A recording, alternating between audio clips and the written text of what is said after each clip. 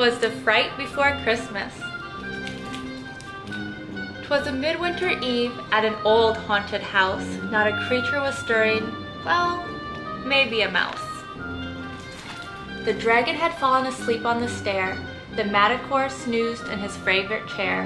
In a pot by the fireplace, the fiend's stew was steaming. Beside it a bat dangled upside down, dreaming. The werewolf snored softly, his eyes closed tight, while upon the divan the old zombie dozed. The cat cuddled up in a ball on her lap, and the mummy was wrapped for a long winter's nap.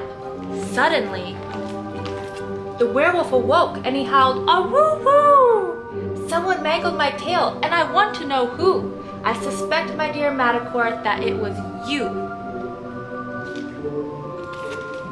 "It couldn't be my fault," the manticore wailed. "The cat scratched my nose. That's why I bit your tail. You'd bite something too, if it happened to you."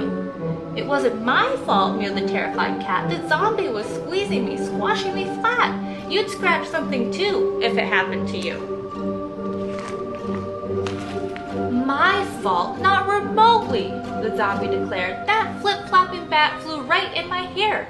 You'd squeeze something too, if it happened to you." "It wasn't my fault," protested the bat. "The fiend flung his spoon and it hit me kersplat. You'd flip and flap too, if it happened to you." "I had nothing to do with it," grumbled the fiend. "The mummy jumped into my ghastly cuisine. You'd fling something too, if it happened to you." "How could it be my fault?" the mummy inquired. "That dragon's hot sneeze set my wrappings afire. You'd jump in a stew, if it happened to you." "It wasn't my fault," the dragon roared out. "Something's furry was scurrying inside my snout. I know you'd sneeze too, if it happened to you." "Little mouse," growled the werewolf, "it had to be you." "You tickled the dragon's nose, it's true, and made him sneeze a spark. Kerchoo!" It landed on Mummy's shoe. The mummy plunged into the stew. The fiend was splashed with ghastly goo. He flung the bat. Away she flew.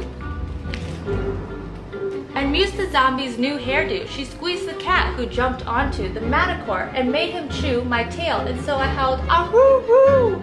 Now what would you do if that happened to you?